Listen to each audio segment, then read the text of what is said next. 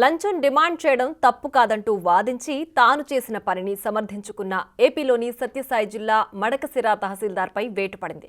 Big TV కథనాలకు స్పందించిన ఉన్నతాధికారులు MRO ముర్షావలిని suspend చేశారు.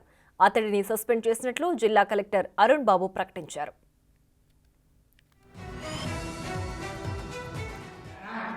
ఒక మినిస్టర్ వస్తే 1,70,000 రూపాయలు నాకు ఖర్చు అయిందినా, నేనేమన్నా నా జీతం తీసుకున్నా నీ డబ్బే. మంత్రులు ఉన్నతాధికారుల పర్యటన భోజనాల కోసం లక్షల్లో ఖర్చవుతుందన్నారు ముర్షావలి. అందుకే రైతుల నుంచి లంచం వసూలు చేస్తున్నామని తాను చేసిన తప్పుడు పనిని సమర్థించుకున్నారు. రెవెన్యూ కార్యాలయంలో కింది స్థాయి సిబ్బంది లంచం అడుగుతున్నారని ఎంఆర్ఓకు ఒక రైతు ఫిర్యాదు చేశారు. అయితే ఇదంతా సర్వసాధారణమంటూ తహసీల్దార్ మాట్లాడుతుండగా బాధిత రైతు సెల్ ఫోన్లో రికార్డు చేశారు.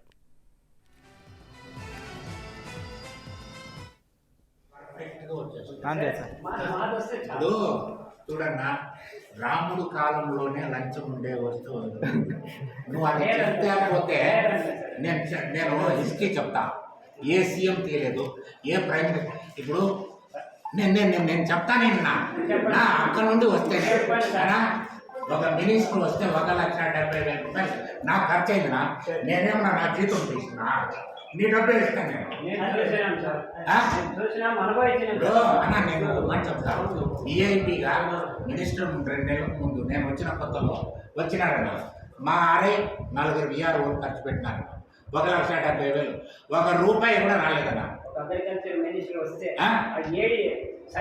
ఇప్పుడు మొన్న హ్యాండ్లూమ్ ప్రిన్సిపల్ సెక్రటరీ వచ్చినారన్న. ఆ అమ్మ టెర్రర్ అంట, బాత్రూంలో గీత ఉంటే పడుకోదంట, ఉచ్చపోయిందంట. అర్థమైందా? బెడ్రూమ్లో ఈగ రాకూడదంట. దానికి ఎంత ఖర్చు అయింది అది 3000కి. వాళ్ళ ఫుడ్ మన ఊళ్ళో దొరుకుతుందా, మడకశిరలో హిందూపూర్ నుండి తెప్పించాలన్న. వాళ్ళు మెను నువ్వు భయపడిపోతావన్న, మెను చూపిస్తా. నువ్వు అంటావు కదా, నువ్వు తీసుకుంటావు అని నువ్వు అంటావు కదా, దానికి నేను చెప్తాను మీకు.